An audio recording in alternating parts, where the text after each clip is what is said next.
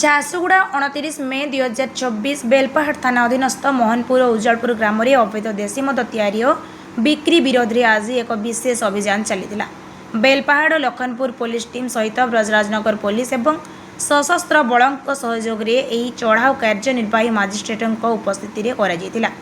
ଏହି ଅଭିଯାନରେ ଅବୈଧ ମଦ ତିଆରି ଓ ବିକ୍ରିରେ ଜଡ଼ିତ 9 ଜଣଙ୍କୁ ଗିରଫ କରାଯାଇଛି।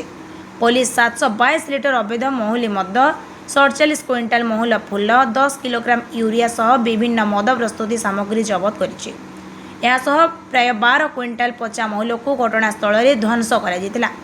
ଏହି ଘଟଣାରେ ଓଡ଼ିଶା ଅବକାରୀ ଆଇନ ଓ ପିଏନ୍ଏସ୍ ସମ୍ପର୍କିତ ଧାରାରେ 9ଟି ମାମଲା ରୁଜୁ କରାଯାଇଛି। ଗିରଫ ବ୍ୟକ୍ତିମାନଙ୍କର ପୂର୍ବ ଆପରାଧିକ ରେକର୍ଡ ସମ୍ପର୍କରେ ଯାଞ୍ଚ ଚାଲିଛି। ଝାରସୁଗୁଡ଼ା ପୋଲିସ ଅବୈଧ ମଦ ତିଆରି ଓ ଚୋରାଚାଲାଣ ବିରୋଧରେ କଡ଼ା କାର୍ଯ୍ୟାନୁଷ୍ଠାନ ଜାରି ରଖିବ ସହ ସାଧାରଣ ଲୋକଙ୍କ ସ୍ୱାସ୍ଥ୍ୟ ସୁରକ୍ଷା ଓ ଆଇନ ଶୃଙ୍ଖଳା ରକ୍ଷା ପ୍ରତି ପ୍ରତିବଦ୍ଧ ବୋଲି ଝାରସୁଗୁଡ଼ାରୁ ଘନଶ୍ୟାମ ପଡ଼ିଆରୀଙ୍କ ରିପୋର୍ଟ, ଓଡ଼ିଆ ଭାସ୍କର।